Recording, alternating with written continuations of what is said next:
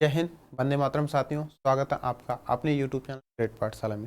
कैसे हैं? उम्मीद करता हूं अच्छे होंगे और आप अपनी पढ़ाई भी अच्छे से कर रहे होंगे। दोस्तों, आज मैं एक नई वीडियो के साथ में हाजिर हुआ हूं, जो कि यूपी टेट 2023 की तैयारी, सिलेबस, उसका एग्ज़ाम पैटर्न, उसकी स्ट्रैटेजी और जो हमारी बेस्ट बुक हैं उसके बारे में हम बात करेंगे। ठीक है, काफ़ी लंबा समय बीत गया दोस्तों, क्योंकि यूपी टेट की नोटिफिकेशन नहीं आया। हो सकता है कि इसलिए लेट हो रहा हो कि इसमें कुछ बदलाव किए जा रहे हों, या फिर इसके सिलेबस में बदलाव किए जा रहे हों, या इसकी परीक्षा पैटर्न में बदलाव किए जा रहे हों। कुछ ना कुछ नया मिलेगा ज़रूर।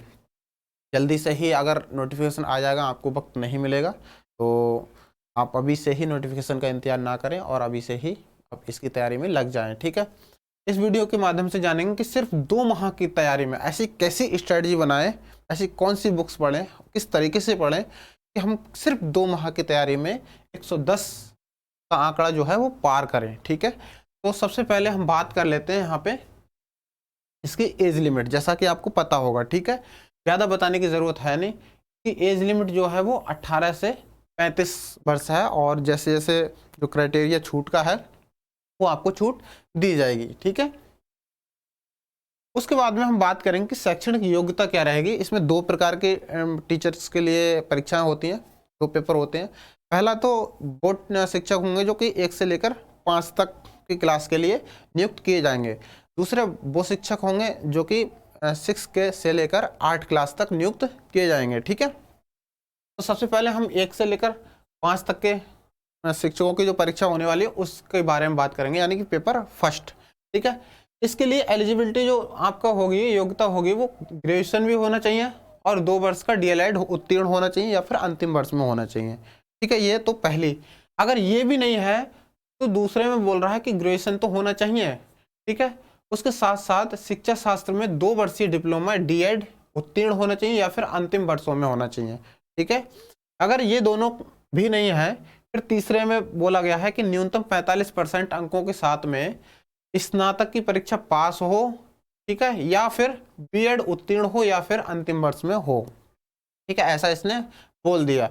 यदि आपको तीनों ही नहीं है तो एक चौथी क्राइटेरिया फिर से दी गई है कि ग्रेजुएशन होना चाहिए प्लस यूपी में संचालित 2 वर्षीय बीटीसी उर्दू में विशेष प्रशिक्षण पूरा कोर्स पूरा होना चाहिए या फिर आपका जो अंतिम वर्ष में होना चाहिए। ठीक है, फिर है आपके 6 से लेकर 8वीं तक के जो शिक्षक नियुक्त किए जाएंगे, ठीक है, उनके लिए है शैक्षणिक योग्यता ग्रेजुएशन होना चाहिए या फिर 2 वर्षीय डीएलएड उत्तीर्ण होना चाहिए या फिर अंतिम वर्षों में हो, या फिर 12वीं पास 50% अंकों के साथ में होना चाहिए। इसके साथ साथ 4 साल का बीएससी एड और बीएससी बीएड कोर्स उत्तीर्ण होना चाहिए या फिर अंतिम वर्ष में होना चाहिए। अगर ये दोनों ही नहीं है तो तीसरा एक और दे दिया है कि 12 तो पास होना चाहिए, इसके साथ साथ 4 वर्ष का डिप्लोमा यानी कि बीईआई बीएड कोर्स होना चाहिए। ठीक है, उसके अलावा अगर तीनों ही नहीं है तो चौथी एक और दे दी गई है कि न्यूनतम 50% अंकों के साथ में ग्रेजुएशन और पोस्ट ग्रेजुएशन होना चाहिए। ठीक है, इसके साथ साथ बीएड विशेष शिक्षा कोर्स होना चाहिए। ठीक है, यानी कि विशेष शिक्षा होनी चाहिए, जैसे कि आपका होम साइंस हो गया या फिर शिक्षा शास्त्र हो गया ज्योग्राफी हो गया, इस तरीके से विशेष शिक्षा होना चाहिए उसमें। ठीक है, ये हो जाती है आपके दोनों ही तरीके के टीचर्स के लिए। ठीक है, आपके जो 1 से लेकर यानी कि प्राइमरी टीचर और जूनियर टीचर के लिए, दोनों के लिए हो जाती है। ठीक है, यदि आप इस तरीके की कंडीशन लेते हैं तो आप दोनों में भी एलिजिबल हो जाएंगे। ठीक है, आप दोनों फार्म भर सकते हैं। अब देखिए, पेपर फर्स्ट सेकंड की फीस है कि यदि आप दोनों पेपर देना चाह रहे हैं तो इतनी फीस कटेगी, और यदि आप दोनों में से कोई एक पेपर यानी कि फर्स्ट या फिर सेकंड देना चाह रहे हैं तो आपकी ये फीस कटेगी। जैसा कि आपको देख पा रहे होंगे, जनरल ओबीसी 600 एक पेपर के लिए, अगर दोनों दे रहे हैं तो डबल हो जाएगी जस्ट। ऐसे ही एससी एसटी क्या है 400, चाहे फीमेल हो या फिर मेल हो, दोनों के लिए बराबर है। ठीक है, ऐसे ही ये है अलग, यानी कि डिफरेंटली एबल्ड पर्सन। ठीक है, एबल्ड पर्सन 100 और 200। ठीक है, तो इसमें कोई आपको सबको पता होगा, इसमें ज़्यादा ज़रूरत है नहीं। अब देखिए यहाँ पर हो सकता है कि इस बार बहुत ज़्यादा लेट हो रहा है मामला, तो हो सकता है कुछ इसमें एग्जाम पैटर्न में कुछ बदलाव हो, लेकिन जो पुराना सिस्टम है उसके हिसाब से मैं बता रहा हूँ कि यही है। ठीक है, पुराने सिस्टम में क्या है, आपके 150 क्वेश्चन आएंगे और 150 ही नंबर होंगे पेपर फर्स्ट में। ठीक है, 150 में से 150, ठीक है, प्रति क्वेश्चन 1 नंबर का होने वाला है। अब आपके जो विषय होंगे वो आपके डिवाइड होंगे 5। ठीक है, यानी कि एक बाल विकास, दूसरा भाषा प्रथम जो कि अनिवार्य रहेगी। ठीक है, द्वितीय भाषा में आप ऑप्शनल इन तीनों में से कोई एक चुन सकते हैं, या तो जो अंग्रेजी पढ़ना जानते हैं अच्छी तरीके से वो अंग्रेजी लेंगे, उर्दू पढ़ना जानते हैं उर्दू ले लेंगे, या फिर संस्कृत वाले संस्कृत ले लेंगे। तीनों में से एक भरनी है। ठीक है, फर्स्ट भाषा और दूसरी भाषा। ठीक है, उसके बाद में आपका एक सब्जेक्ट इसमें शामिल है मैथ। ठीक है, इसके बाद में आपका EBS, ठीक है, जो कि पर्यावरण अध्ययन बोलते हैं। ठीक, अब हम ये तो मोटा मोटा हमने देख लिया, इसका गहराई से भी सिलेबस देखेंगे। किसी भी परीक्षा को पास करने के लिए दोस्तों सिलेबस अति आवश्यक है कि उसको ढंग से पढ़ा जाए, उसकी गहराइयों में उतरा जाए और उसको दिमाग में सेट किया जाए।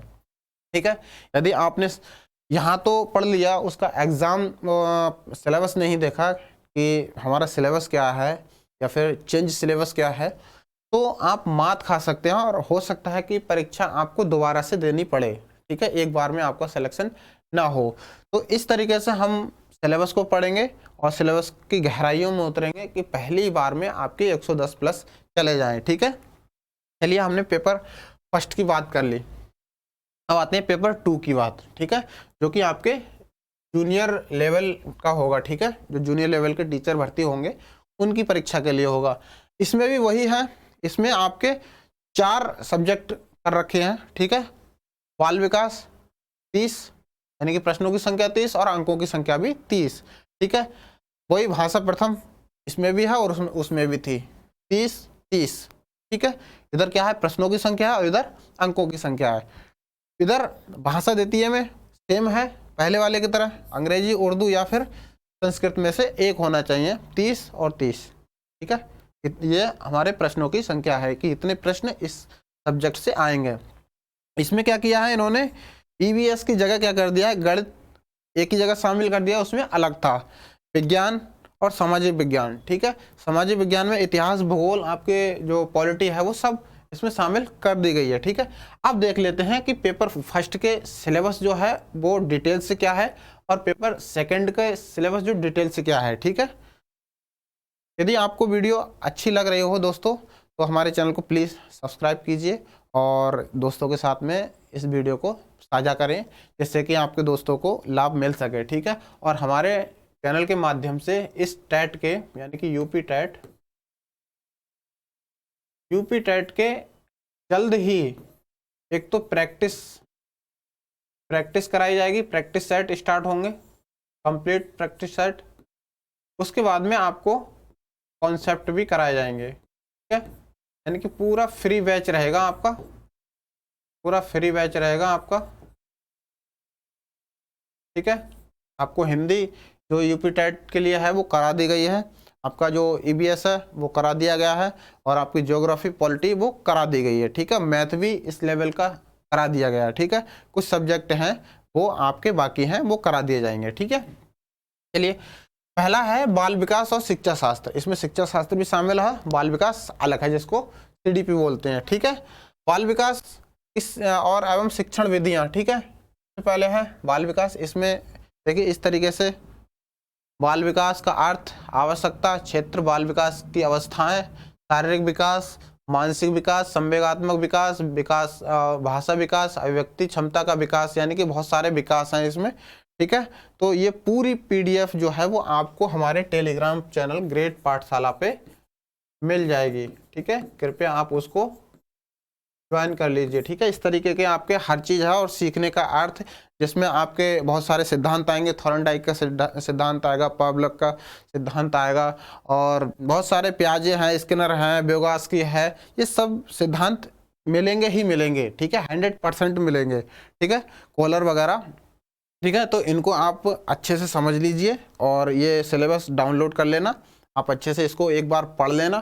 फिर इसी में ही शिक्षण और शिक्षण विद्याएँ हैं, ठीक है। शिक्षण का अर्थ क्या है, उसका उद्देश्य, संप्रेषण, ठीक है, शिक्षण के सिद्धांत, शिक्षण के सूत्र, शिक्षण विधियां, ठीक है, शिक्षण की नवीनतम विधियाएं, ठीक, सूक्ष्म शिक्षण और शिक्षण के आधारभूत कौशल, ठीक है। इस तरीके के बहुत सारे मतलब इसमें छोटे छोटे टॉपिक दे दिए गए हैं, ठीक है। उनको आप बारीकी से पढ़ लेंगे तो आपका आराम से काम हो जाएगा, ठीक है। उसके बाद में इसी में शामिल है, पहले पार्ट का था और दूसरा ये खा है, अधिगम और अध्यापन, ठीक है। अधिगम और अध्यापन यानी कि सीखना और पढ़ाना, ठीक। बालक किस प्रकार से सोचते हैं और सीखते हैं, यानी कि बालकों के आप शिक्षक बनेंगे तो आपको बालकों का ही अध्ययन करना है।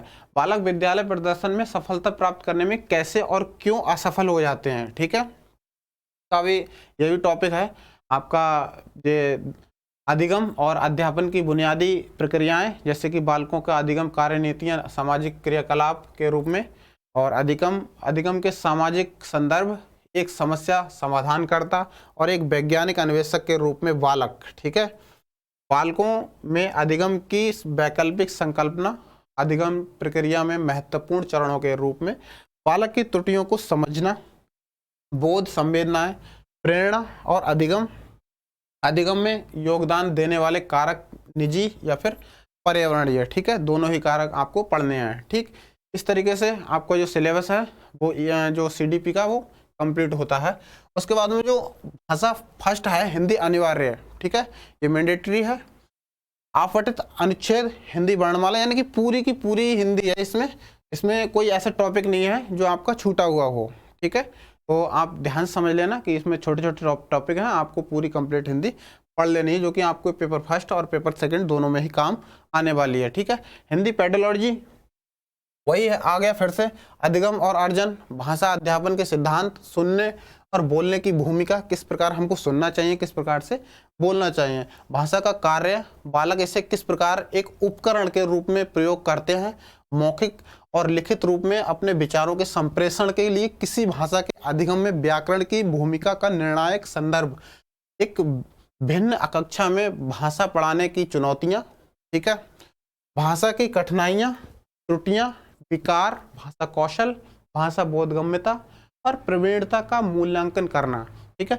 बोलना, सुनना, पढ़ना, लिखना, अध्यापन, अधिगम सामग्रियां और पाठ्य पुस्तक, मल्टीमीडिया सामग्री, ठीक है, कक्षा का बहुभाषाई संसाधन और उपचारात्मक अध्यापन, ये सारे छोटे वाले टॉपिक हैं जो आपको हिंदी पेडोलॉजी में भी मिल जाएंगे, ठीक है। आपको ये अलग से किताब लेनी पड़ेगी, सामान्य हिंदी में ये नहीं मिलेगा, ठीक है। उसके बाद में आते हैं संस्कृत, इसमें पूरी दी गई है संस्कृत की, आप किताब ले सकते हैं, ठीक है, इसमें पूरी ही संस्कृत आपको पढ़ना पड़ेगा।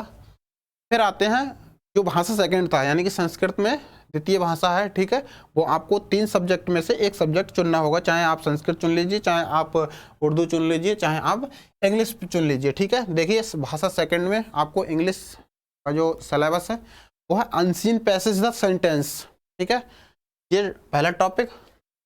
दूसरा है सब्जेक्ट एंड प्रेडिकेट, ठीक है, काइंड ऑफ सेंटेंसेस, यानी कि जो वाक्य हैं उसके प्रकार, काइंड ऑफ नाउन यानी संज्ञा के प्रकार, ठीक है, पार्ट ऑफ स्पीच, ठीक, प्रोनाउन यानी कि सर्वनाम, ठीक है, एडवर्ब, एडजेक्टिव वर्ब, ठीक है, कंजक्शन और प्रीपोजिशन, ठीक है, फिर टेंसेस, प्रेजेंट, पास्ट और फ्यूचर, ठीक है, और पंक्चुएशन, एक्टिव और passive voice, articles, word formation और सिंगुलर और प्लूरल जेंडर, ठीक है।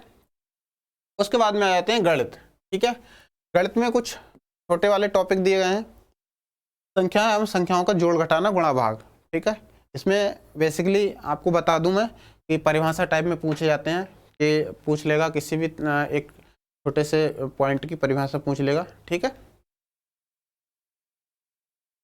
लघुत्तम समावर्तक और महत्तम समावर्तक, भिन्नों का जोड़ घटाना गुणा भाग, ठीक है, दशमलव भिन्न, जोड़ घटाना गुणा भाग, एक एक समीकरण, एक एक नियम, प्रतिशत, परसेंटेज, लाभ हानि, साधारण ब्याज, ज्यामिति यानी कि ज्योमेट्री, ठीक है, ज्यामिति आकृतियाँ उसी में शामिल होगी, पृष्ठ, कोण, त्रिभुज, वृत्त, ठीक है, ये अलग होगा, धन, रुपया पैसा, ठीक है, मापन, मेजरमेंट, समय, तौल, धारिता, लंबाई और ताप, ठीक है, इनका मापन होगा। परिमिति, ठीक है, परिमिति आपकी त्रिभुज की होगी आयत की होगी, वर्ग की होगी, चतुर्भुज की होगी, ठीक है। कैलेंडर, ठीक है, आंकड़े, डाटा, और फिर आयतन, धारिता, घन, घनाभ, क्षेत्रफल, आयत और वर्ग, रेलवे या बस समय सारणी, ठीक है। यानी कि आपको पूरा कंप्लीट मैथ है, ठीक है, पूरा कंप्लीट मैथ है, ठीक है। आपको ट्रिग्नो छोड़ के आपको पूरा कंप्लीट मैथ आपको पढ़ना ही पड़ेगा, ठीक है। उसके बाद में अध्यापन संबंधी मुद्दे गणितीय और तार्किक दोनों प्रकार के होंगे, जैसा कि मैंने अभी बताया था। आपको तर्क के रूप में पूछे जाएंगे और गणित के रूप में भी पूछे जाएंगे, ठीक है। चिंतन की प्रकृति, बालक के चिंतन और तर्कशक्ति, पैटर्नों तथा अर्थ निकालने और अधिगम की कार्य नीतियों को समझना, ठीक। पाठ्य चर्चा में गणित और का स्थान, गणित की भाषा, सामुदायिक गणित, औपचारिक और अनौपचारिक, ठीक है, ऑफिशियल और अनऑफिशियल, ठीक है, पद्धतियों के माध्यम से। औपचारिक और अनौपचारिक का ऑफिशियल नहीं होता है, ठीक है। मूल्यांकन, शिक्षण की समस्याएं, त्रुटि विश्लेषण, अधिगम, अध्यापन के प्रासंगिक पहलू और नैदानिक और उपचारात्मक, ठीक है, और शिक्षण, ठीक है। ये सारे छोटे टॉपिक हैं, इसको पढ़ना ही पड़ेगा आपको, और ये आपसे परिभाषा के रूप में पूछे जाएंगे, ठीक है, कि बालक इसको किस तरीके से समझ पाता है, किस तरीके से आप बालक को समझाएंगे, ठीक है। ये सब कहाँ आ जाती है, अध्यापन संबंधी मुद्दों में, ठीक। ये तो आपको मिल जाएगी किताब में, लेकिन ये भी आपको ढूंढना पड़ेगा। चलिए अब आ जाते हैं ईवीएस, पर्यावरणीय अध्ययन, ठीक है। इसमें आपके कौन कौन से शामिल होंगे विषय, विज्ञान भी शामिल होगी, इसमें इतिहास भी शामिल होगा, भूगोल भी शामिल होगा, पॉलिटी भी शामिल होगी, और पर्यावरण एक अलग सब्जेक्ट भी शामिल होगा, ठीक है। इसकी विषय वस्तु क्या रहेगी, इसमें परिवार, भोजन, स्वास्थ्य, स्वच्छता, आवास, पेड़ पौधे, जंतु, ठीक है, हमारा परिवेश, मेला, स्थानीय मेला से एक क्वेश्चन आपको मिलेगा ही मिलेगा, भारत की नदियाँ, पर्वत, पठार, वन, यातायात, महाद्वीप, महासागर, हमारा प्रदेश नदियाँ यानी कि उत्तर प्रदेश की नदियाँ, ठीक है, वहाँ का पठार, पर्वत, वन, संविधान आपको, और शासन व्यवस्था, स्थानीय स्वशासन, ठीक है, जो कि आपके 73वें संविधान संबंधित है, ठीक है। पंचायती राज और ग्राम पंचायत, नगर पंचायत, जिला पंचायत, तीनों ही एक ही में आ जाएंगे, यानी कि स्थानीय स्वशासन के अंतर्गत, ठीक है। ये तीनों ही स्थानीय स्वशासन के अंतर्गत आ जाएंगे, ठीक। फिर नगर पालिका, नगर निगम, जिला प्रशासन, प्रदेश की शासन व्यवस्था, व्यवस्थापिका, न्यायपालिका और कार्यपालिका, ठीक है। ये बहुत सरल सरल टॉपिक हैं, ज़्यादा लॉन्ग नहीं है, हमने पढ़ा रखे हैं।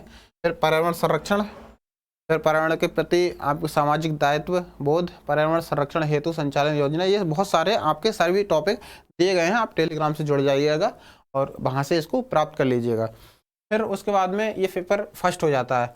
अब बात आ जाती है कि यहाँ पर हमने सिलेबस पढ़ लिया, ठीक है, और हम तैयारी करके चले गए। अब बात आ जाती है कि हमारे ये क्वेश्चन जो हैं वो किस तरीके से आने वाले हैं। तो देखिए दोस्तों, हर ये छोटे टॉपिक से एक क्वेश्चन आपको मिलेगा, हर टॉपिक से, ठीक है। ऐसा नहीं है कि आपको हमारा परिवेश से मिल जाए और यहाँ से ना मिले, आपको हर टॉपिक को कंप्लीट पढ़ना होगा, ठीक है। पिछली बार और यहाँ से पर्यावरण संरक्षण से तो बहुत आता है। पर्यावरण संरक्षण हो गया, आपका संविधान हो गया, ठीक है, आपका जो स्थानीय स्वशासन हो गया, ठीक, नदियाँ, पर्वत, पठार और वन हो गया। यहाँ से बहुत ज़्यादा क्वेश्चन पूछे जाते हैं, ठीक है, और पिछली बार भी क्वेश्चन आए थे यहाँ से, ठीक है। जैसे खेल और खेल भावना हो गया, ठीक, इस तरीके से प्रश्न पूछे जाते हैं। आगे है, आगे देखिए, पेपर फर्स्ट और पेपर सेकंड में एक ही अंतर है, यहाँ तक तो पूरा कंप्लीट यही है, ठीक है। इसके बाद में इन्होंने क्या किया है कि पेपर सेकंड के लिए विज्ञान को अलग से जोड़ दिया गया है, और विज्ञान का ये पूरा का पूरा जो टॉपिक वाइज है, छोटे छोटे टॉपिक में वो हो जाता है, यानी कि कहीं से विज्ञान आपको नहीं बचती है, आपको कंप्लीट पढ़ना ही होगा। उसके बाद में आ जाते हैं कि हमने सिलेबस पूरा पढ़ लिया, ठीक है, और हमने कंठस्थ याद कर लिया। उसके बाद में आते हैं कि बेस्ट बुक्स क्या रहेंगी, हमारी रणनीति क्या रहेगी, हम कितने घंटे पढ़ें कि जिससे कि हमारे जो परीक्षा है वो पास हो जाए, ठीक है। तो सबसे पहले मैं बताना चाहूँगा कि जो प्लानिंग होगी वो सिर्फ आपकी होगी, हमारी नहीं होगी, ठीक है। प्लानिंग आपकी होगी, मेरे बताने से कुछ नहीं होने वाला है। आप प्लानिंग करेंगे, आप चाहे टॉपिक वाइज प्लानिंग कर लीजिए, चाहे उसको किताब वाइज प्लानिंग कर लीजिए कि मुझको एक दिन में एक टॉपिक पढ़ना है या फिर पूरी किताब पढ़नी है। ठीक है, आपका जो समय रहेगा पढ़ने का वो रहेगा 6 घंटा। ठीक है, ऑनलाइन क्लास को छोड़ के, ऑनलाइन क्लास को छोड़ के, ठीक है, इसमें शामिल 6 घंटे में ऑनलाइन क्लास नहीं होंगी। ठीक, अब आपकी बेस्ट प्लानिंग क्या रहेगी? देखिए, आप सीडीपी को 1 घंटा दीजिए, सीडीपी को 1 घंटा दीजिए, आपका काम हो जाएगा कभी भी। ठीक है, आप ये नहीं है कि मैं बता दूं कि सुबह में पढ़ना है शाम में, वो समय आपका रहेगा। 1 घंटा सीडीपी को दीजिए, 1 घंटा हिंदी को दीजिए, एक और सेकेंड लैंग्वेज को 1 घंटा दीजिए, 2 घंटा मैथ को दीजिए और 1 घंटा ईबीएस को दीजिए। ठीक है, ये हो जाता है पेपर फर्स्ट के लिए। इसमें क्या रहेगा कि आपका जो, यहाँ पे मैं बता दूं कि यहाँ पे लिखा है ओल्ड और न्यू कैंडिडेट्स। ठीक है, यहाँ पर फट गया है, ये दिखाई नहीं दे रहा है। यहाँ पर फॉर न्यू कैंडिडेट, जो नए बच्चे हैं, यानी कि अभी अभी बीएड पास किया है या फिर लास्ट बीएड के साल में है, तो वो देना चाह रहे हैं, तो ऐसे बच्चों के लिए मैंने बनाया है कि 6 दिन का जो शेड्यूल होगा, ठीक है, वो रहेगा आपका कॉन्सेप्ट वाइज। ठीक है, आपको पढ़ना है कॉन्सेप्ट वाइज। ठीक है, और जो ओल्ड बच्चे हैं, यानी कि 1-2 बार परीक्षा दे चुके हैं, उनको केवल वही टॉपिक पढ़ना है जो कि उनके वीक हैं और जो सही टॉपिक हैं, जिनसे अच्छे खासे याद रहते हैं और अच्छी खासी मात्रा में क्वेश्चन को हल कर पाते हैं, तो वो टॉपिक को ना पढ़ें। ठीक है, उनकी केवल करें आप प्रैक्टिस। ठीक है, आपका जो सेकंड पहले 2 डेज हैं, यानी कि 2-2 डेज करके बांटा है, 2 दिनों में आपको करना क्या है? सीडीपी प्लस हिंदी पढ़नी है। ठीक है, आपका घंटा ये दे दिया है, सीडीपी प्लस हिंदी पढ़नी है। नेक्स्ट 2 डेज आपको जो सेकंड लैंग्वेज है प्लस मैथ। ठीक, उसके नेक्स्ट 2 डेज, यानी कि आपके 4 डेज यहाँ हो जाते हैं, और लास्ट के 2 डेज जो कि 6 दिनों तक हो जाते हैं, जीएस और ईबीएस आपको पढ़ना है। ठीक है, फिर उसके बाद में आपको संडे को जो करना है वो मॉक टेस्ट करना है, ऑनलाइन या फिर ऑफलाइन, दोनों ही तरीके से। आपको चाहे तो ऑनलाइन कर लीजिए, चाहे ऑफलाइन कर लीजिए। बहुत सारे चैनल्स हैं, बहुत सारे यूट्यूब चैनल पे आपको ऑनलाइन मिल जाएगा। ठीक है, ऑफलाइन करना चाहें तो ऑफलाइन कर सकते हैं, वो आपकी श्रद्धा के ऊपर डिपेंड करता है। ठीक है, ये पेपर फर्स्ट के लिए हो जाता है और दोनों ही प्रकार के स्टूडेंट के लिए, चाहे वो ओल्ड हो चाहे फिर वो नया हो। ओल्ड वालों को फ़र्क इतना है कि आप अपने वीक टॉपिक को क्लियर कीजिए। आपको ज़्यादा बैच के चक्कर में नहीं पढ़ना है कि मैं पेड बैच ले लूँ, इसका ले लूँ, उसका ले लूँ, बिल्कुल नहीं पढ़ना है। आपको जो टॉपिक क्लियर नहीं है आपके, यूट्यूब पे जाइए और यूट्यूब पे सर्च कीजिए, वो क्लियर करके आप नोटबुक में नोट कर लीजिए। और जो नए बच्चे हैं उनको भी मैं आपको राय दे दूँ कि ऑनलाइन बैच के चक्कर में नहीं पढ़ना है। आपको जो टॉपिक क्लियर नहीं है यूट्यूब पे जाइए, वरना आप अपनी किताबों से घर पे बैठ के तैयारी कीजिए। ठीक है, लेकिन नोट्स साथ साथ में बनाते रहना अपने हैंड राइटिंग में। ठीक, ये हो जाता है पेपर फर्स्ट। पेपर फर्स्ट के बाद में आपका पेपर सेकंड भी इस तरीके से ही डिवाइड कर लेना। ठीक है, यहाँ पर EWS में, इसमें सॉरी EBS और मैथ और साइंस, ये सब एक ही जगह शामिल कर लेना। ठीक है, जो लास्ट का पोर्शन है 60 वाला, उसमें आप शामिल कर लेना। ठीक है, आगे है कि इसकी बेस्ट बुक क्या रहेंगी, कि हमने रणनीति बना ली, हमने प्लानिंग कर ली कि सर हम ऐसे पढ़ेंगे और ऐसे पढ़ेंगे। ठीक है, हमारे लिए बुक क्या रहेंगी, ठीक है, वो हम बताते हैं। सीडीपी जो है वो आप करंट पब्लिकेशन के लिए लीजिए। ठीक है, अच्छी बुक्स है। इसके साथ साथ आपको प्रीवियस ईयर के क्वेश्चन पेपर आपको जरूर लेना है। ठीक है, अनसॉल्व लेना है। फिर हिंदी, सामान्य हिंदी आप लूसेंट की ले लीजिए। ठीक है, सामान्य हिंदी आपको लूसेंट ले लेनी है और लूसेंट ही सफिशिएंट हो जाएगी, आपको इसके अलावा कुछ नहीं लेना है। ठीक, उसके अलावा आपको अगर हिंदी कहीं पढ़नी है तो ग्रेट पाठशाला में क्लास की जो प्लेलिस्ट हैं वो आपकी बना दी गई है, हिंदी कंप्लीट करा दी गई है। ठीक है, वो आपकी चाहे यूपी टेट हो, सी टेट हो या फिर अदर यूपी PCS तक के एग्ज़ाम के लिए सफिशिएंट है। बाकायदा इसकी अलग प्लेलिस्ट है हिंदी वाली करके। ठीक है, हिंदी प्लेलिस्ट, उसमें आप जाइए और वहाँ से आप पढ़ लीजिए। ठीक है, फिर सेकंड लैंग्वेज के लिए भी हिंदी सेम रहेगी, लूसेंट, और संस्कृत आप अपने हिसाब से ले लीजिए। इंग्लिश मैं बता दूं कि इंग्लिश आपको यहाँ पे लिख देता हूँ, miss Neetu ma'am, Neetu ma'am की इंग्लिश की बुक्स लेनी है, इसके अलावा आपको कुछ नहीं लेना है, ठीक है। इसके बाद में आपको जीएस जो लेनी है वो घटना चक्र की ले लेनी है, ठीक है। जिसमें जीएस में हमने जियोग्राफी, पॉलिटी, हिस्ट्री और ईवीएस, ये तीनों ही चीज़ें आपको ग्रेड पाठशाला की प्लेलिस्ट में मिल जाएगा, ठीक है। उसके बाद में जो अगर आपको अलग से लेनी ही है ईवीएस, तो आपको परीक्षा मंथन की ले लेनी है, ठीक है। परीक्षा मंथन की बड़ी अच्छी बुक्स आ रही है, ठीक। उसके बाद में आपको जो मैथ है, मैथ आपको आर.एस. अग्रवाल का ले लेना है, ठीक है। और जो सेम क्लास मैथ की भी आपको ग्रेड पाठशाला के चैनल पर आपको मिल जाएगी, यानी कि हमारे चैनल पर आप जाइएगा और प्ले लिस्ट में आपको यहाँ तो केवल आपको यूपी टेट है, यूपी टेट ही नहीं बल्कि सीजीएल तक का मैथ, कंप्लीट मैथ आपको ग्रेड पाठशाला की प्ले लिस्ट में मिल जाएगा। तो आपने देखा कि हमारी सिलेबस क्या रहेगा और हमारा जो परीक्षा पैटर्न अगर सेम रहा, तो अगर चेंज हुआ तो हम आपको इन्फॉर्म कर देंगे, ठीक है। और हमारी बुक्स क्या रहेंगी, हमारी रणनीति क्या रहेगी, इस रणनीति से चले तो गारंटी से 100% दोस्तों आप पहले ही 2 महीनों में ही आप क्या करेंगे, 110 प्लस अंक लेकर आएंगे, ठीक है, जो कि आपकी परीक्षा पास करने के लिए सफिशिएंट हो जाते हैं, ठीक है। तो चलिए इस वीडियो में फ़िलहाल इतना ही, और फिर कभी मिलेंगे नए वीडियो में। हमारी जो यूपी टेट का बैच आएगा फ्री प्रैक्टिस प्लस कॉन्सेप्ट वाला, ठीक है, तो उससे जुड़ने के लिए हमारे चैनल को सब्सक्राइब प्लीज़ कर लीजिए। धन्यवाद।